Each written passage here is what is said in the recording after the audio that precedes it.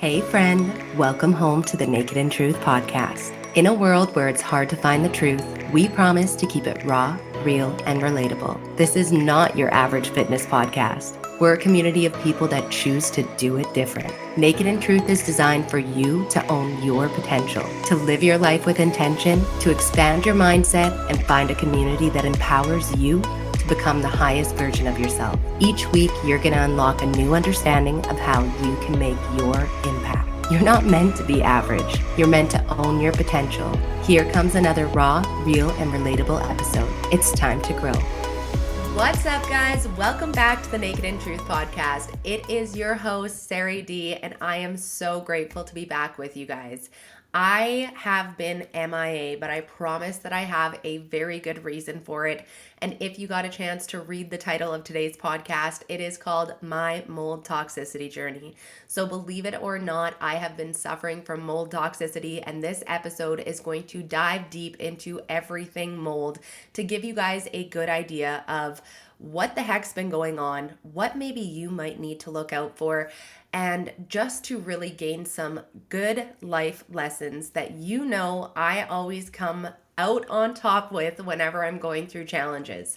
So we haven't dropped an episode since August 2024, and we're going to dive deep into history here of what's been going on, but I do just want to say that I am using a new broadcasting system, so I am hoping that the audio is coming through clear. If you're watching on YouTube, that the visual is good, so definitely let me know how everything sounds / looks, because I really want to make sure that we are coming in clear. Now, when it comes to mold toxicity, I know a lot of people are like, oh, I know when I first heard about it, I was like, what? But mold is something that is so much more common than what people realize.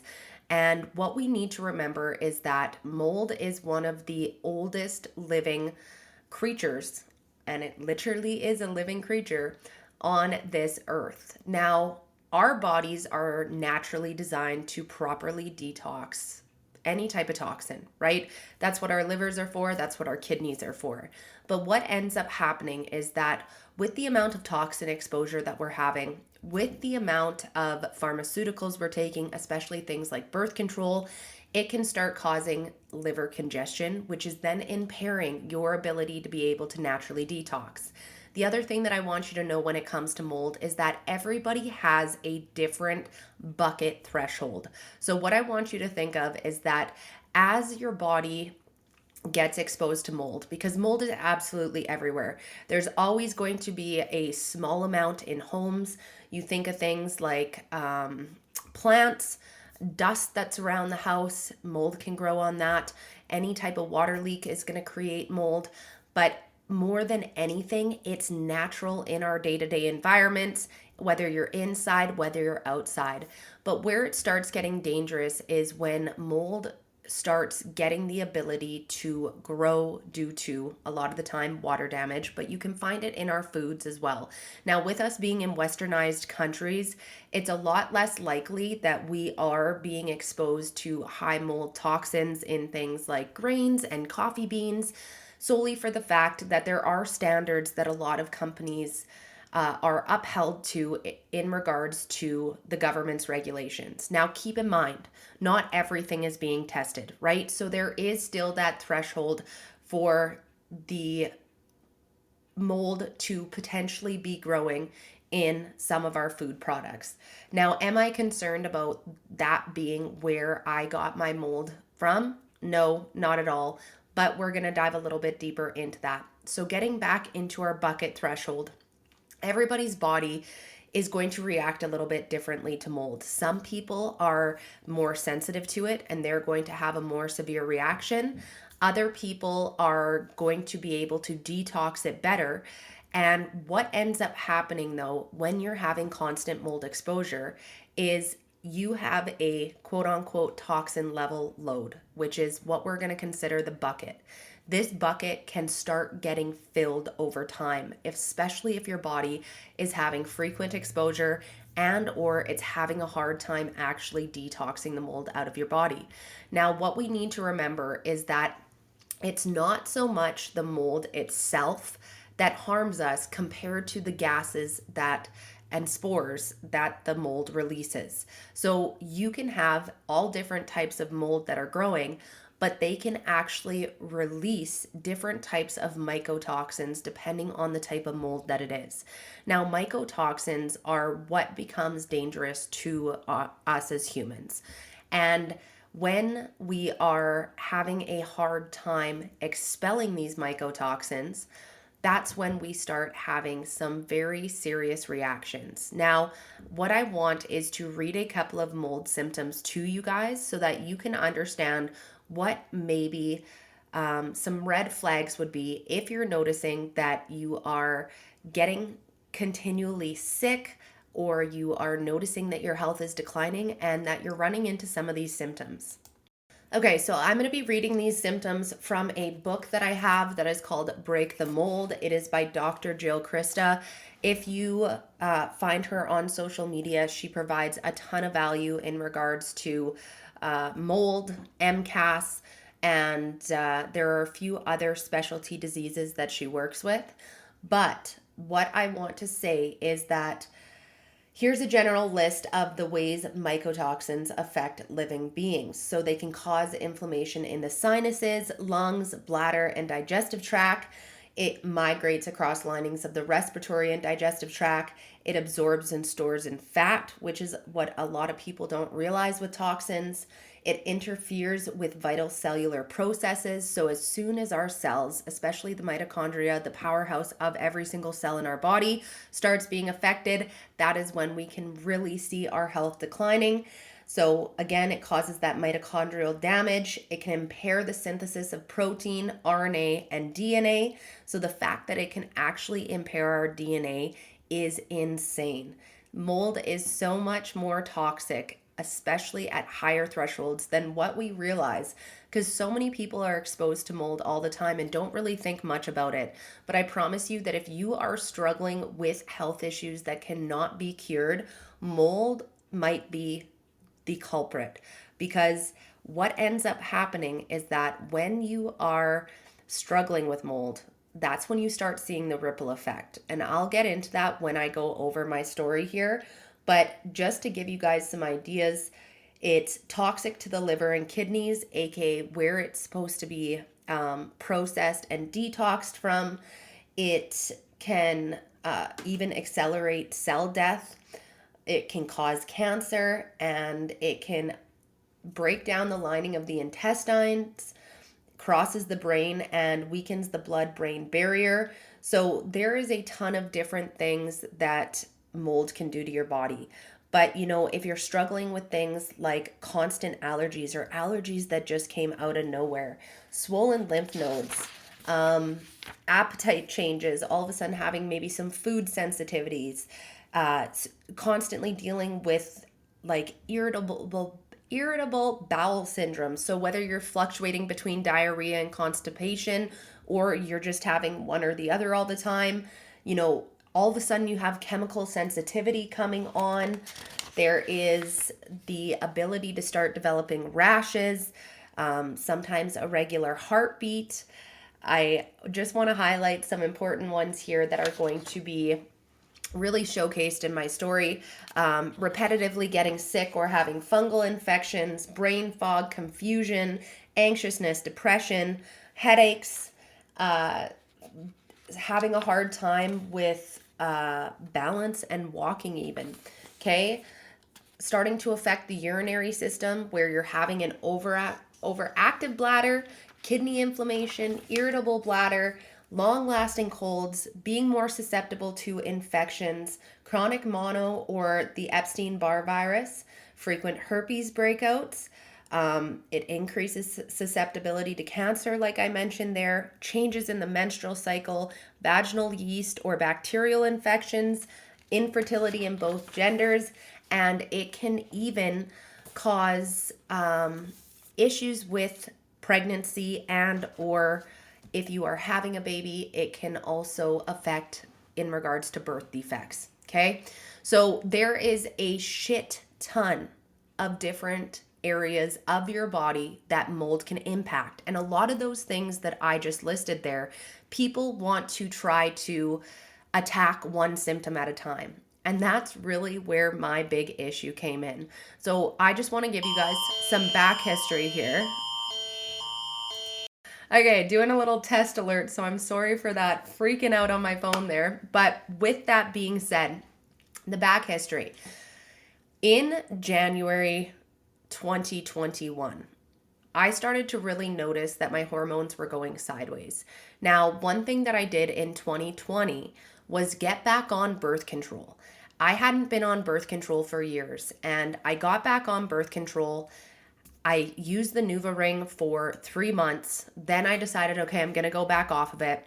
And then a month later, I was like, you know what? I want to go back on. So within those 3 months of coming on, going off, and coming back on again, I noticed a huge shift in my hormones overall. I felt like I was starting to lose my mind. I couldn't control my anger. I was going into massive waves of depression. And I know that I've talked to you guys about this in past episodes. So I tried to talk to the doctor about it, saying that I really thought that it was the birth control. He didn't think it was the birth control, of course. So I ended up going on my own journey with a naturopath. So by the end of 2021, I went off the birth control. I went off the birth control myself. I was like, you know what? I'm going to take this into my own hands. I can't do this anymore. And it was September 2022 that I did my last show, my last bodybuilding show. Even though I had noticed some improvements with coming off of the birth control, I really felt like throughout that entire year of 2022, it was a constant battle of fighting myself. Even though things were going great in regards to the way that my physique was shaping, the way that my business was building, I felt like I was just constantly struggling with my mental health. But I could tell that it wasn't something that was actually going on with my mind as much as it was a feeling that it was coming from my body, right? So by the time that my show was over, I started pushing extremely long hours with work. All of a sudden, I started to develop an issue where I would go into these extreme heart racing episodes. Now, they were so extreme that they had brought me to the hospital multiple times, even in the ambulance. And it was to the point where I couldn't really figure out any key indicator of what was setting it off. It would be anywhere from 160 to 180 beats per minute at rest. Okay? It would just come out of nowhere. The worst part was that these episodes would last for 20 minutes plus at a time. So by the time I would get to the hospital and they'd get an ECG on me, everything would be starting to slow down. So they ended up sending me for some Holter monitor testing. Everything's good with my heart. I do have some serious heart issues in my family, but luckily everything was good in regards to what was coming back for the testing. So with that, I felt like my body was constantly on edge. I felt like my mind was calm, but that my body was just constantly on edge. So I ended up going to the naturopath in 2023. We ended up doing a Dutch test, which is a urine metabolite test. I highly recommend it if you constantly are struggling with hormonal issues and you want to look a little bit deeper into them. This is going to give you the best breakdown because it not only breaks down all of your hormones, their metabolites, but it also shows their preferred pathways, which is a huge difference than what a blood test is going to give you. Number one, it's so limited on what they're really giving you for information on blood test. A lot of the time they're only testing one type of estrogen. You're only getting tested one time per day, where with the Dutch test, you're going through 3 testing periods in a day so you can see how your hormones are fluctuating throughout the day. It's going to give you an indicator into really into some of the bigger endocrine system holders, like where we're looking at epinephrine, norepinephrine, your cortisol levels. And that's what I wanted to be able to get some insight into. Now, it was without a doubt that things were out of whack. I was showing low on almost all levels, where a lot of the time we're seeing an excess estrogen in a lot of women with lower progesterone. It wasn't that my body wasn't producing enough estrogen as much as it was dumping the estrogen before it could actually get processed. So there's just so much insightful information that you can get from this. But I was following a protocol, and I felt like no matter how hard I tried, no matter how hard I worked on my circadian rhythm, no matter how hard I worked on making sure that I was having good boundaries with myself, not having a ton of stress constantly hit me all the time, it felt like everything in life kept adding up. We went through some house issues. My husband lost his brother. It seemed like every single time I would make a little bit of progress, something massive would happen with stress that was completely out of my control. You know, it wasn't business related, it wasn't habit related. It was stress that was out of my control. And so I kept blaming what was happening for the big stressors that I was going through as to what kept knocking my progress hormonally. Now, during this time, I was getting sick all the time. I got the vid multiple times. I got a pityriasis rash where, like, if you're not familiar with pityriasis, it's terrible. I would almost like consider it the same as chickenpox, except potentially worse for how long it lasts. I think I had it for 8 or 9 weeks, and it covers your body in this bumpy rash. You end up typically having a bullseye rash that starts in your chest area. I ended up having it on the side of my breast, and then all of a sudden my body just got covered in this bumpy rash that was so itchy, guys. And like, it's on your legs, it's on your arms. It was the shit, okay? But I couldn't figure out how. I'm working so hard on my hormones. I'm making sure that I am balancing my circadian rhythm by trying to get good sleeps, making sure I'm being consistent with them, trying to get outside and get some natural light in my eyes, you know, not being in front of the computer as much. But yet I just kept running into this roadblock over and over again. And it starts to get to a point where you're just like, what the fuck? Like, I'm putting in so much effort to be my healthiest self, but it seems like everything just keeps declining. I'm on top of my supplements. I'm taking antioxidants. I'm feeding myself super well. And then you see things like, for example, my girlfriend gave me, she's just like, honestly, Sarah, she's like, it breaks my heart because you see some of these drug addicts out there and like they can live forever and they don't run into any real issues with their health. But then you look after yourself, you take care of yourself so well, and you're running into all of these issues. And I was like, damn girl, that is such a good way to explain this, because it does feel debilitating that way sometimes when you feel like you're putting all of your effort into making that progress, but you're not seeing the progress that you know that you deserve.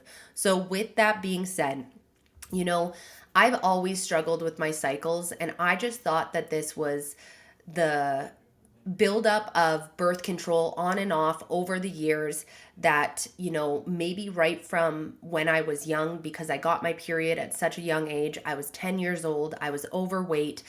A lot of the time when females are getting their periods early, they're typically heavier set women. A lot of the time they're dealing with heavy toxin load, which is what is pushing these menstrual cycles to start earlier. So I was just thinking, you know, like, I've always struggled with my periods, cramps, and just feeling like, you know, I struggled with depression really young when I was just a kid, and suicidal tendencies and thoughts. And I was like, maybe I'm just like always struggling with my hormones, right? And so with being diagnosed with PMDD, which is called premenstrual dysphoric disorder, or premenstrual depressive disorder. And what it really is PMS symptoms heightened. And what I want you guys to learn from this too is that PMS isn't normal. Just because we are normalizing it as a society nowadays, where it's like we're making all these jokes about, oh, it's the time of the month, I need to be crazy, I need to have cravings, I need to have cramps, all of this shit. This is coming from a toxin load without a doubt. The other part is super high stressful lives that we're living, and not allowing our nervous systems to properly flow. And I also believe oxygen deprivation as well. I think it's the combination of all of those things, and or some or the other. And that's what's really pushing this PMS to be higher than we've ever seen it before. We're running into endometriosis and PCOS at higher targets than we've ever seen before.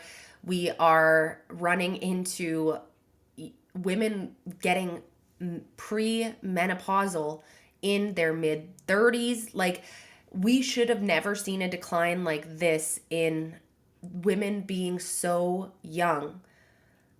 Women being such a young age as to when they're starting to fall into menopause, okay? But I really believe that with what's causing the PMS, it's also causing the early menopause. We should never have numbers where they are in regards to women fucking struggling when it comes to their overall hormones, okay? So with that being said, I kept trying to follow her protocol, and I was just thinking that, it'll get better in time. But over time, I started to notice that I was losing myself more and more. So on top of getting sick all the time, when I used to never get sick, like, guys, it was years that I would go without getting sick because I simply took care of myself. Now, all of a sudden, I'm turning into somebody who's constantly getting sick. I'm having acne flares that are unexplainable, and I have always had acne. But we're going to be able to get into that as well too, because acne really does come from the gut. For so many years, I was trying to treat it with prescriptions, with even just different diet protocols, but not the right diet protocol. Trying to use every cream and serum, and like the list just went on and on for the multiple decades that I was trying to fix my acne. I started getting it as young as grade 4, which means I would have been 8 or 9 years old when I started developing acne, which in turn goes on to prove the point of, getting my period the next year. There really is a correlation between toxin load with all of this, okay? But I was going into these acne flares in 2023 that were like all of a sudden all of my face. Like, I mean, like acne I have never seen before. It's like a different type of acne. It was just rough and so embarrassing, obviously. I would get all of these different rashes that were just starting. And I was like, what the fuck is going on? Like, this is not me. But of course, I'm still just trying to treat the hormonal issue. I'm following the adrenal insufficiency protocol for what was going on with my heart racing and just an overdriven central nervous system, right? I'm trying to deal with the acne by itself. Nothing's really working. I'm noticing that my workouts are starting to really decline. All of a sudden, I put on 15 pounds. That was just like that in just over a month. Guys, I promise you, I have not struggled with binge eating for years, like years. So the fact that 15 pounds just came on like that, it was unexplainable. And I'm like, what the fuck is even going on? Seriously, that's all I kept thinking was I was like, something is wrong, but I don't know what it is.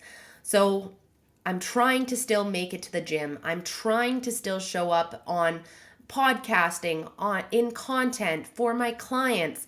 And I just felt like over time, I just kept losing myself and losing myself. I ended up trying to go to the Dominican for my 30th birthday and my 5-year wedding anniversary. As you guys know off that episode, ended up in the hospital with a gastro infection there. And after that, I just never felt the same. I was praying that that trip was going to be the relaxation that I needed. But by the end of it, it was super high stress.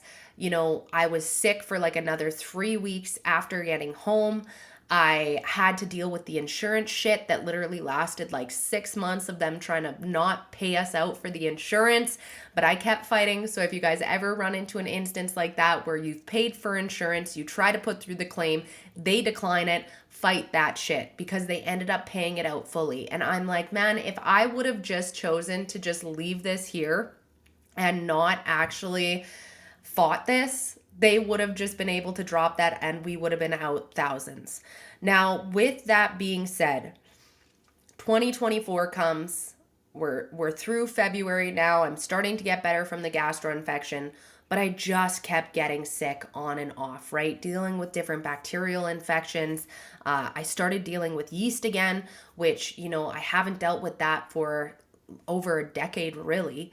And so I'm like, what is going on? Like, I am trying so hard to take care of myself. I did a parasite cleanse, really hoping that that was the change that I was looking for. And I just kept feeling like each month I was losing myself a little bit more, a little bit more. And that was the scariest part about all of this, was what a slow decline it was. Like, we need to remember that we're talking about 2021, 2022, 2023, 2024. This is a slow decline of losing myself over 4 years. So with that, I ended up continuing to push myself like Sarah does, because I it was unexplainable of what I was going through, right? I'd been to the doctor multiple times. Of course, my blood work is looking okay, just because I'm coming into proper thresholds. But remember, guys, that when it comes to blood work, just because you're in a threshold doesn't mean that your blood work is optimal. So anyways, that's a totally different rant that we'll get into in another podcast. But I ended up going to Texas in September, and I was there for a conference, didn't even take it as a vacation for myself. I was still working through it.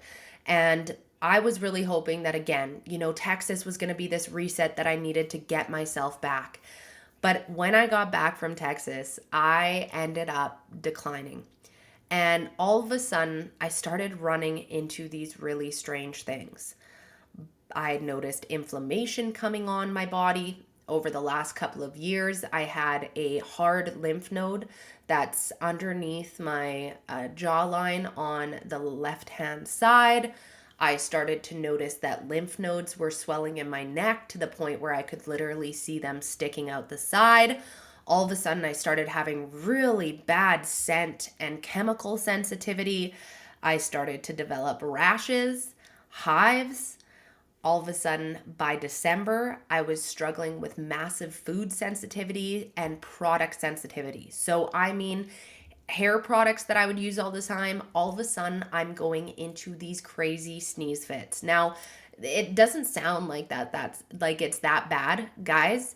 It was so bad. Like, I mean, like potentially 20 sneezes in a row where you just can't stop. I would get such a bad congestion headache over my eyes. Everything just felt swollen. Like, there was no way to explain how swollen I felt. My body was aching. It was this constant pain. I couldn't even describe the pain because it was so debilitating and just feeling so swollen. Like, I really just felt swollen. I saw a picture of myself from December, and I looked and I was like, oh my gosh, like, I am not fat. I am so swollen right now. And I ended up going to a specialist, and it was for something unrelated, but he started asking me a couple of questions about my health. And so I started dipping into a few of these things. And he's like, you know what? It really sounds like what you're going through is systemic, which means that the multiple things that are happening are potentially coming from one source. And that comment changed everything. After he said that, it was like all of a sudden I got this reassurance in my gut that I was like, I need to deep dive my health. I came home, I pulled out some big sheets of paper, I broke down everything in my health history from the time I was born. I was doing research out the Yahoo, trying to figure out the connecting values of everything that I was experiencing, because I knew that when he told me that what I'm going through is systemic, even though he didn't have the answer as to what, I knew that this was it. So with that, December comes along and things started getting really, really bad. Like, I mean, eating something that I would normally eat all the time, I went into anaphylaxis, I was wheezing, I had a swollen tongue, I couldn't tell what was causing what. And so I decided that it was time to take my health into my own hands, because between how swollen I am, these random food sensitivities, getting these sneeze and massive allergy attacks to things that I use all the time, never knowing what was going to onset it, having this scent and chemical sensitivity, like, it was just turning into an absolute nightmare. And through all of this, I still showed up every single day for work. I never stopped. The reason why is because I knew that if I stopped working, I felt like I lost everything of myself. Because at this point, I've lost my physique, I'm losing my physical health, and now I am starting to lose my mental health because nobody's getting me the answers that I need. It started to become to a point where I didn't realize how much I was isolating myself over the last couple of years. The brain fog was getting so severe and the fatigue was just undescribable. I've always been a tired person. Like, right when I was a preteen, I went to the doctor trying to see if there was anything that they could do to try to help me with the fatigue that I was experiencing. But this fatigue, I would not wish on my worst enemy. And I decided to go to the naturopath again, but I was requesting my own testing because I had said, look, I've been following your protocol for over 2 years. Things are not getting better, things are getting worse. And what I think I had developed was MCAS, mast cell activation syndrome. Mast cell activation syndrome is when your histamine starts to become too high, it starts spilling over and reacting to things that are not necessarily a threat to your body, but now are starting to become one because of the inflammation on your body. So just remember that you have mast cells all over your body. They're in our gut, but they are also in other areas of our body. So when we're looking at treating mast cell activation syndrome, a lot of people can find relief with an H1 blocker, which would be like a Benadryl, and an H2 receptor blocker, which would be like a Pepcid, because the Pepcid allows for the mast cells in your gut to be taken care of, whereas the H1 receptor blocker can look after the remainder, right? So coupling between the two. But like, let's be honest, nobody wants to be on those long term. There is definitely effects that end up happening with any type of over-the-counter and or pharmaceutical. I need to stress to you guys that pharmaceuticals and over-the-counters break down your gut lining. They can create massive issues. You can also get to a point where all of a sudden you are starting to just get used to it. So that was my biggest fear, was like I was running into so many allergic reactions a day that I was like, what if I start getting used to this Benadryl? Because Claritin never really worked for me. And I knew that I needed to dig deeper into everything. So with the doctor, you can do a blood test to look at your tryptase levels to see if you are dealing with mast cell activation syndrome. But what I want you guys to know from this is that if you are starting to run into mast cell, which we are seeing at such a high influx compared to any decade prior to this, it really comes down to underlying inflammation elsewhere in your body, and we need to understand what's causing that inflammation in order for the MCAS to slow down. So in my case, it was the mold that was causing the MCAS.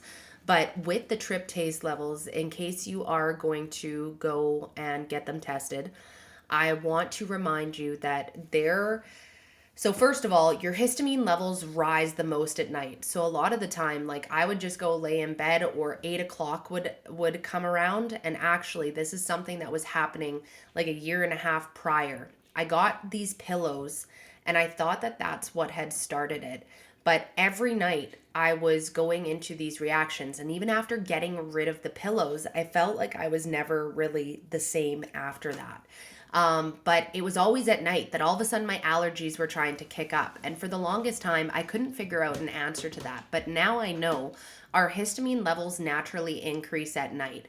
So unless you are actually going into something that's flaring your histamine, chances are your tryptase levels are going to be normal. And just because they're normal doesn't mean that you're not dealing with MCAS. And I wish I would have known that prior to going and getting the testing done, because I would have done something to try to flare it at the time when I was going to get the blood test done. But I didn't do that. I knew that if it fell into the normal range, that I could still have MCAS.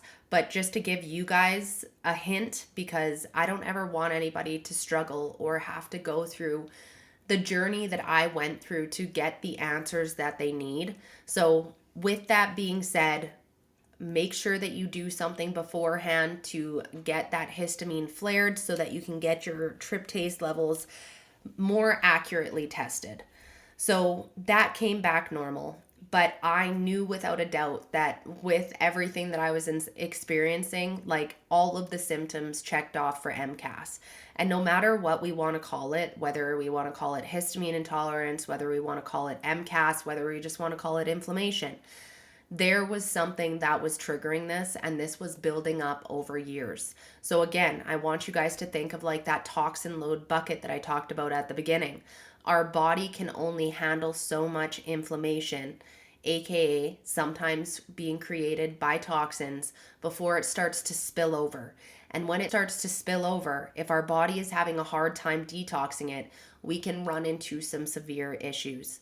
So with that, when I was at the naturopath, I had requested a GI map to see what was going on with my GI. I did an organic acids test to see what was going on at a cellular level. I did food sensitivity testing to just get an idea of what's potentially causing inflammation at this moment that I'm reacting to. And I ended up requesting a mycotoxin test, which is the mold test. And it's so funny because she even asked me, like, are you sure that you want to get the mold test? And I was like, oh, I am sure. Okay. She's like, have you ever been exposed though, or do you think? And I'm like, without a doubt. So one big thing is we used to live in a condo building where, you know, we were on the first floor and the floors were starting to sag. There was these massive cracks that were happening in the wall. All of a sudden, bugs started to come in. Like, we started having ant issues and like spider issues. And I don't mean like a couple, but I mean like Alex woke up the one day with like a wolf spider on his chest, okay? Same thing with the ants. They would start to crawl into bed with you. Like everybody's worst nightmare, okay? And like our place is clean. And so for this to happen to a newer build, I knew that something was wrong. But what ends up happening is that people end up building on marshlands, and all of a sudden these buildings start deteriorating. So the funny part is that we end up learning that Alex ended up having to do some work for the building. He looked in the basement. There was sitting water that was in the basement, and behind the siding, which was constantly getting fucked up, the wood on the structure is so weak that you could literally put your fist through it. Okay, so massive amounts of mold that were in there. You know, I used to work in an old hotel that constantly had water leaks. Okay, like it was breaking through the ceiling. It's an older building, lots of water issues where, you know, water just gets spilled, maybe not cleaned up properly. So that in and of itself. So I was like, just between those two things, I definitely think that I need to get tested. And she's like, okay, yeah, like that's a really good idea. So keep in mind, we don't live in that condo anymore. And we've been in our new place at this time when I was doing the testing for like 5 years already. But if your bucket gets too full or it's having a hard time clearing, it can keep stacking, right? So with that being said, I pushed for the mold test, and I'm so glad that I did because it came back positive. Tons of issues in my GI. There was a lot of issues with my organic acid test, some of it being like protein synthesis issues, where it was to the point that she literally asked me like, do you eat very much protein? And I was like, I'm a fucking bodybuilder. Like that is literally like a slap in the face asking if I eat enough protein. And so everything started making sense once I saw, because it was actually the mold test that came back last, and I was like, this is it. This is it. This is what has been causing the MCAS. This is what has been causing the gut issues, the constant infections, the heart racing, the acne and skin issues. Like, yes, I've struggled with acne since I was young, like I said, but to have these really random flares where it was just my entire face, like, I shouldn't be having that at 30 years old. So when we look back on the symptom list of some of the things that I had mentioned, the changes in your menstrual cycle, depression and anxiety, the heart racing, right? The inability to have proper protein synthesis, brain fog, confusion, like the list just goes on and on of all of the things that I was running into. So it's funny because I could have spent my whole life chasing symptom after symptom. But if it wasn't for that one specialist saying that he thought that everything was systemic, I wouldn't be where I am right now, where I am recovering and coming back to life. Now, if you have ever been through anything challenging in your life, I don't care if it's health issues, if it's losing someone, whatever it is, sometimes you end up losing yourself to a point where you feel like you need a comeback, right? But what I really want to remind you guys is that it's not about coming back. It's about learning the lessons that we got taught in those challenges to help redesign the strongest version of ourselves, right? We're never going to be the old us. I'm never going to be 2022, 2021, 2020 Sarah. I am 2025 Sarah, and there is something so powerful about that. I would be lying to you guys if I was just saying that, everything's great, and even though it was a tough lesson, no big deal. It has been a really expensive journey because after figuring out the mold toxicity, I needed to figure out where it was coming from. And a big one was testing the house. Now, these tests are not cheap to have somebody come in and test. So that in and of itself was expensive, but it was worth it for the peace of mind that it gave me. It's not coming from the house. I was able to figure out where it was that I was being exposed. I'm not going to talk to you guys about it on the podcast just because it's just not that story to share. But I do want to tell you that it is at a spot where now I can avoid it. And I am able to take that first step in the recovery. Because if you are dealing with mold toxicity, the first thing that you need to do is get out of the environment. So we tested, the house is clear. Thank the sweet Lord, because working from home, I was like, this isn't just my house that I live in. This is literally my place of work. Like, if it's here, I'm fucked. And so it was a lot of sleepless nights waiting for those results and just praying and praying and praying that it wasn't going to be a massive investment into my house, which, at the end of the day, I would have been shocked, but it's not impossible. We have a wood basement, which is not common for a new build, but that again is another different story. But gratefully, it's not the house. The levels that he found in here, number one, he ended up saying that this is one of the cleanest houses he's ever been into. A big one is that mold likes to grow in dirty environments. It likes to grow in dust. So just getting that compliment was a reassurance in and of itself. But then seeing the levels come back, he's like, this is such a small amount of exposure. He's like, if you went outside for a walk, you'd be getting more mold exposure than what you would be in your house. So I was like, okay, sweet. Thank the sweet Lord. And that's the other part that I want to say with the plants as well, right? Is we love plants in the house because of the oxygen that they provide. But at the same time, too, you really need to be careful because mold can very much grow in the mulch, in the plants, especially if you're overwatering them. So just keep that in mind. But once I got through the testing, I chose to actually reach out to a company in the States to go through the mold protocol. on top of doing all of my own studies, because this was Operation Take My Life Back. It's funny because I chose the word redemption for 2025 before I even knew that any of this was going to transpire and take place. So it really is funny how God does these things in your life where He puts you through these challenges that force you to grow in ways that you didn't even realize you needed. This redemption has been so much more than just a word for the year, right? This is taking back my health mentally and physically.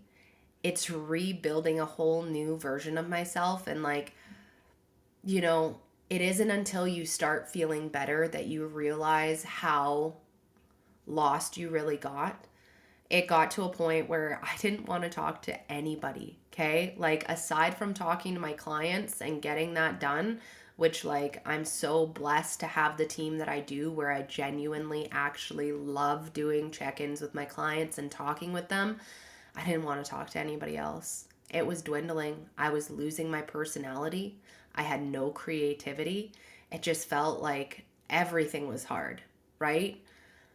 But with that, the company that I'm working with out of the States, the Wellness Way, they've been fabulous. The doctor that I'm working with, it can obviously do it online. And so I've been following her protocol on top of my own protocol. But it had to get worse before it got better. And that's what I want to touch on next, is that when you're on a healing journey, you know, so many people think that once you find out the answer to it, that it's just up and up from there. But sometimes things have to get worse before they got better, right? So, number one, I had to figure out where it was coming from. Once I got that confirmed, I needed to avoid that. The exhaustion was so high that my body just wasn't physically recovering. No matter how hard I tried to go to the gym, my body wouldn't recover. And I could literally feel the oxidative stress build up while I was working out, and then recovery just wouldn't take place. So, with that, I needed to take some downtime. And there was a couple of weeks where walking was too much, which is insane. It's insanity to me. But I needed to do what I needed to do. So, in that time, though, I needed to either focus on other things that were not just working out in the gym. You know, I'm a personal trainer, I'm a bodybuilder. Like, that's so much of my identity of who I am. Then all of a sudden, I get to a point where I am so fucking lost in my head of what has even transpired for me to get to a point where I lost myself so much. And now the only things that I love doing are being taken away from me. So I could either focus on what was being lost, or I could focus on what I was finding, right? Where this was taking me, the knowledge this was allowing for me to build for not just myself, but for my company, because this has really struck a passion in regards to functional health. My company was always building towards that route anyways, but going through this really brought out a whole new excitement inside of me. But with that being said, I tried to figure out, what else am I going to do, right? So I started building boundaries with work. I started having set hours that I was answering messages. I started taking 2 days off a week, Saturday and Sunday, instead of just one day. I made sure that I was, so with those boundaries, that I was not necessarily pushing myself to constantly work outside of that either, because that's what happens when you own your own business. Even when you build boundaries of, this is when communication is going to happen, you're still busting your ass doing things outside of that, right? So being able to follow those and give myself permission to rest was a big one. Choosing to do things like coloring, right? Like, I know that that sounds crazy, but I colored a lot of pictures, and it was just something relaxing where it didn't take a lot of strength. It allowed for me to just do something that was really mindless. I got my guitar fixed and started playing guitar again. I just tried to do things that could bring me joy without a lot of physical exertion or a lot of brain power because I just didn't have it. And so it was tough, but I was able to push through those times and look at the future instead of the past, because I promise you, the only time that we should be looking to the past is for the lesson. But if we choose to stay there in regret, in anger, in resentment, we will stay stuck there. We will miss our future. We won't get to where we want to go as quickly as we want to if we keep staying focused in the past. So instead of being angry that all of this took place, instead of being frustrated that, I lost my physique, that I lost the things that mattered to me the most, I just kept focusing on healing. What can I do to get better? What can I do to get better? So there's been a lot that I have done to get me to where I am today, where I am back on the podcast for you guys. I want to share a couple of those things and, trying to reduce toxin load overall, which means choosing to eat organic. This is something that is recommended to be doing all the time simply because of what I've been through in my lifetime with toxin load. Supplements, I've been having to take them anywhere from 3 to 5 times a day. And let me tell you, it has been an investment on that side of things. Taking that time off from the gym. A huge one that has been transformative for me is the traditional acupuncture. I have been able to find a traditional acupuncturist to the point where it's like he literally needs a translator for our appointments. And it has brought me a totally different level of calmness and oxygen flow. He was able to get a lot of insight into what was going on with my body. And if anybody's dealing with issues of feeling like their nervous system is dysregulated, feeling like they're struggling with hormonal issues, really the list goes on and on, allergies, muscle pain, like traditional acupuncture is the tits. Okay. I will highly, highly, highly recommend it over and over and over again. I would not be this far in my journey if it wasn't for the acupuncture. I've been doing fulvic soaks from Roger's Hood, and I will make sure that I put the link in the caption below, because the fulvic soaks are huge, right? It's a natural acid derived from the soil, and it helps pull toxins from your body. It can help pull parasites from your body, and anybody can do this at any time, which is great. Just not if you're pregnant. A lot of the time it just comes down to the fact that no testing has been done on pregnant women. Not that there would actually necessarily be an issue, but just something to keep in mind. I've been doing more mud soaks as well, which is same sort of thing as fulvic soak. It's a European mud that's been around for thousands of years with tons of healing properties to it. So the biggest is just trying to pull that toxin load. I've been doing nasal sprays to help break down the potential biofilms that have built up in my nose from breathing in the mold. And then the other part is now that I have made some serious progress, I actually just had my appointment today with the Wellness Way, and she's slowly approved things for me, right? Like our last appointment last month was being able to get back in the gym, making sure that I'm still progressing in the right direction and that I'm still having good recovery without seeing setbacks. And so we checked that off the list. Now I am going to be going into the sauna, so I'm super excited to start sweating things out.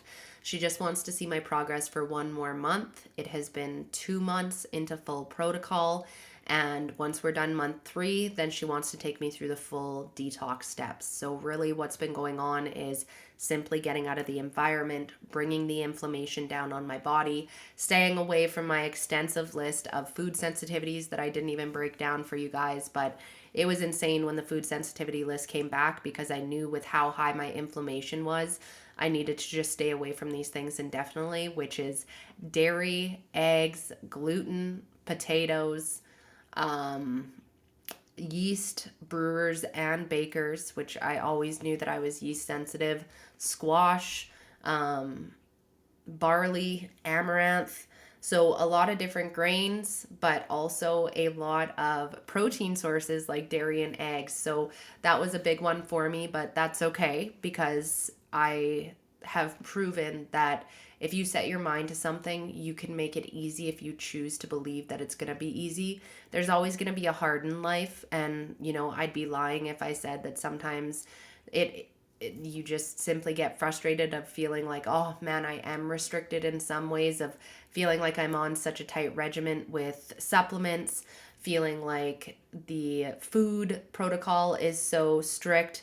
But I can either keep telling myself that it's strict and restricted, or I can say that this is easy and have fun with the challenge of incorporating different new food groups that do agree with my body. So it's been really fun. I've shared a lot of my meals on Instagram, and if I do say so, I can call myself Chef Sari these days.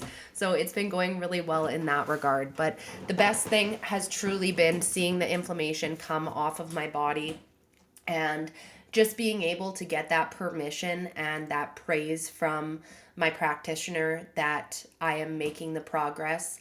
And sometimes when we are, really sick, or we're struggling with something really bad and things start getting better, sometimes you forget how bad it really was, because unless you're in the midst of that challenge, that ache, that symptom, you don't know how good it feels to just feel good, because you're not running into any issues, right? So that is one thing that I've had to do, is slow myself down and really take time to appreciate, like, even though there's still a long ways that I need to go in my journey, I am so grateful for everything that has changed to put me in such a better spot, right? That I am so far from where I was prior, that I need to give myself praise for how quickly my body truly is healing, how resilient our bodies and our minds are, and just how much of my life I'm getting back, and the ability to take these lessons and rebuild myself into the person I need to be right now. And with that, it has been a long episode going over all this. So I really hope that it all made sense, that you got a ton of value from it. Once I don't know if I finished saying this either, but once I get through these 3 months, then I'll be going into the detox phase. It was really about taking the inflammation off of my body for these first 3 months. And then we're going into some detox. But the improvements that I've been able to see, the change in myself overall, like this last period, it was a perfect period, 28 days, no breast pain, no cramping, no nothing. Like, I was like, this is the best. I cannot wait to see this all come together full circle. If you are watching this on YouTube, the change in my acne has been tremendous. There's still a little bit of ways to go, but girl, from where I used to be to now, I am a completely different woman in that sense. So instead of focusing on, hey, I still have a little bit of acne, it's like, look at how great my skin is. I am so proud of the growth that I have been able to have. So I know that this episode was a lot of information. So if you have any questions, if you feel like you're running into similar issues like what I explained in my journey, reach out to me on Instagram at the Naked and Truth Podcast, at authentically.fit. Either account works good, and let's talk about it, right? Because I know how isolating it feels, how frustrating it feels if you're not being taken seriously by the medical professionals that you're going and talking to. And I know that sometimes you just want to be heard and understood. If you are currently getting exposed to mold, just remember, everybody does react to mold differently, but chronic exposure is not good for anybody. It's something that we want to make sure that we are mindful of.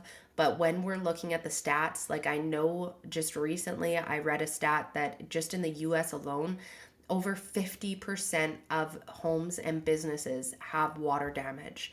So with all of the health issues that we're running into, a lot of people feeling misunderstood, and like they're just compiling issue after issue instead of getting to the root of it. Sometimes a lot of what we're going through is more systemic than we realize. And I hope that this inspires you to keep being an advocate for your health. I am just truly so excited to be back. There are some really good things coming. Without me pushing everything at once and expecting myself to do everything, because you guys know I was that do everything girl. I was on every platform. I'm going one at a time. I care about consistency. I care about quality. So we're going to keep up with the podcast. It just feels good to have some creativity flowing, but also just feeling like I'm at that spot where I'm excited to communicate with you guys. So I hope that you could feel it on this episode. I just want to thank you guys for sticking around. I want you to know that I love y'all so much, and I will check you on the next episode. And that's another honest episode drop. Thank you for tuning into Naked in Truth, where we come together each week to own our potential and level up our lives with intention. Don't forget to head over to my Instagram page at authentically.fit, where you will find more inspiration on how I can transform your life and make health simple. And you know reviews are so important for building a community of like-minded people. So if you enjoy this podcast, please take 2 seconds out of your day to leave a 5-star rating on Apple Podcasts or Spotify so more people like you can learn how to own their potential too. If you love this episode, make sure to share it with someone who you know needs it. Thank you so much again for tuning into Naked in Truth. And remember, love always wins.